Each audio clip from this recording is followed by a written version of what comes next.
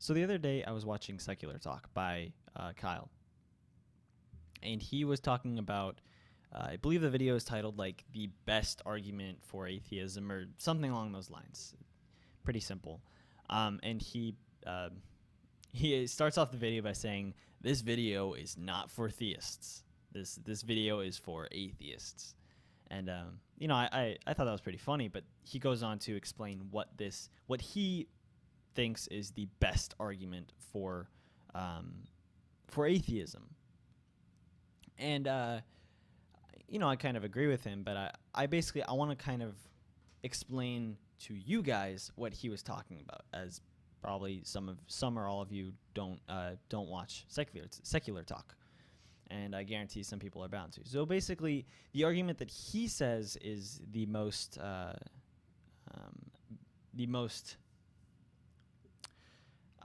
in tune with atheism, I guess. It's hard to word that correctly if you understand how atheism works, but basically he talks about the fallacy of passing the buck, the origin of the universe, and how our current understanding is the Big Bang, and we have hypotheses about what happened before that. We don't have any conclusive factual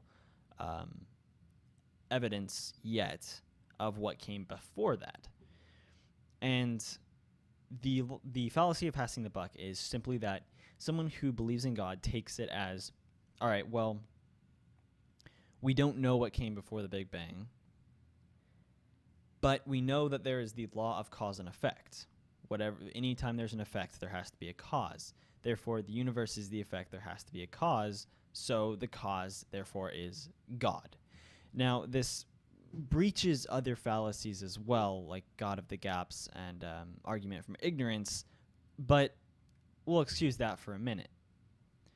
So let's go with it, let's roll with it and say that, okay, what you are saying is true. Or at least it makes sense. So let's delve into it. If the law of cause and effect applies to what you're saying, maybe it does, maybe it doesn't, I'm not going to argue that.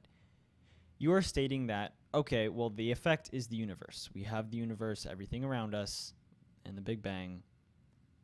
So what caused the Big Bang? God. Well, the fallacy of passing the buck has to do with the fact that actually doesn't answer the question. That makes the question 100 times, 1,000,000 times more complicated. You see, if you ask the question, what came before the Big Bang, you're asking a simple question with a pretty complex response. If you say God did it, then you are changing the question to a very complex question with an even far more confusing response. And here's why. If the law of cause and effect has to apply to the universe, then the law of cause and effect has to apply to what created the universe as well.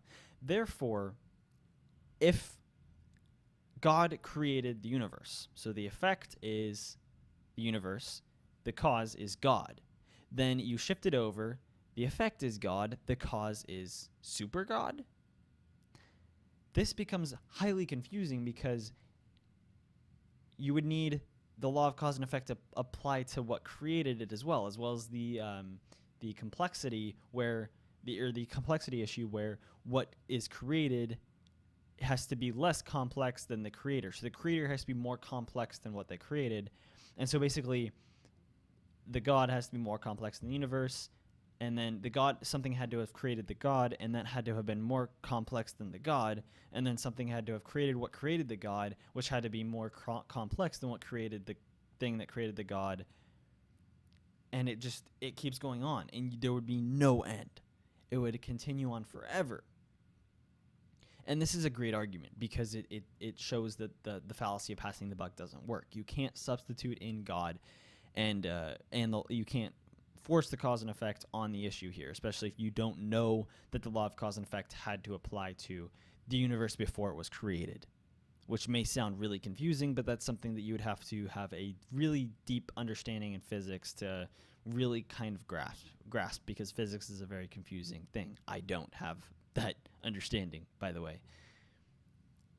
And so I've seen this proposed in numerous places. And the typical response is this, and this is where things kind of get interesting, or more interesting, is the theist will say, well, God is eternal. So this eternal God that somehow didn't have a cause, which is, it's really, like, that's something that doesn't already make sense right there. But, whatever. Created this God, that eternal God, created the universe and everything, and we see, and that's the cause and effect right there. And that's where it stops. So basically, the cause and effect law has to apply to the universe, but as soon as it comes to your religion and your personal confirmation biased beliefs, then it just dies away. Oh, done. Nope. That's it. That's just the law of cause and effect ending right there. There's no cause for God. God is eternal. Well,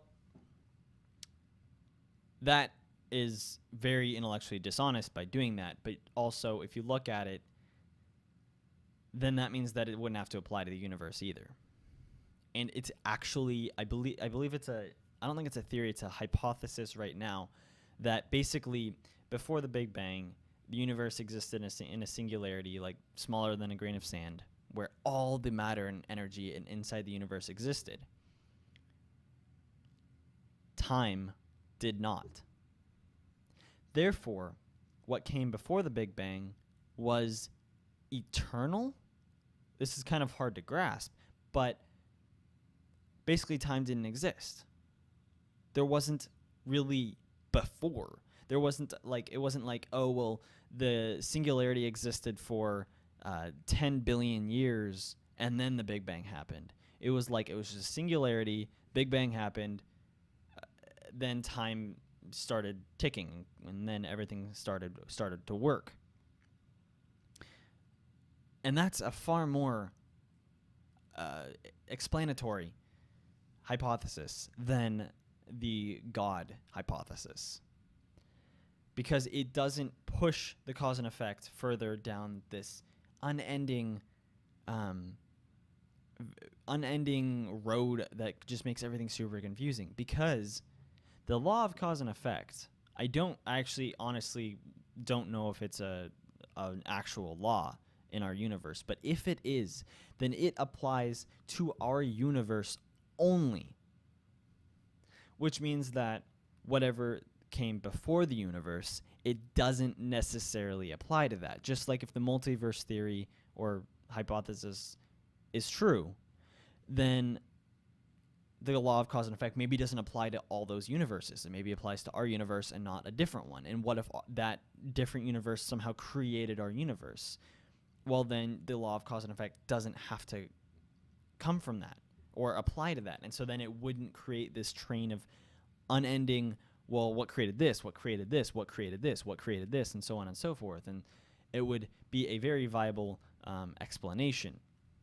And honestly, we just need to wait for the proper scientific evidence to come out that proves that, well, whatever the evidence points towards happens. Until then, you can't substitute and say that God did it. You just have to say, I don't know. And that's what it comes to. I disagree, I guess, that this is the best argument for atheism, but it's definitely a very solid one. It is an incredibly solid one. And I think that it is something that should be developed into and explained in depth by someone who has who grasps a very deep understanding of physics, and maybe get a group of people together who can write a paper on it. That'd be awesome. I would love to read a paper that's a collaboration between like a physicist, a biologist, a neurologist, instead of biologist, evolutionary biologist, a neurologist, an astronomist, and I don't know, geologist, like whatever. Just throw in basically like a scientist from every category that could apply to this situation to write a paper on this issue. And it would be amazing. It would be so interesting to read. And I would love to read that. I would absolutely love to read that. But yeah, that's about it for the video, guys. Thanks for watching. Make sure to comment, rate, and subscribe. Let me know what you think of the fallacy of passing the buck, and what you think the best argument for atheism is. That's about it. Thanks for watching, and have a nice day.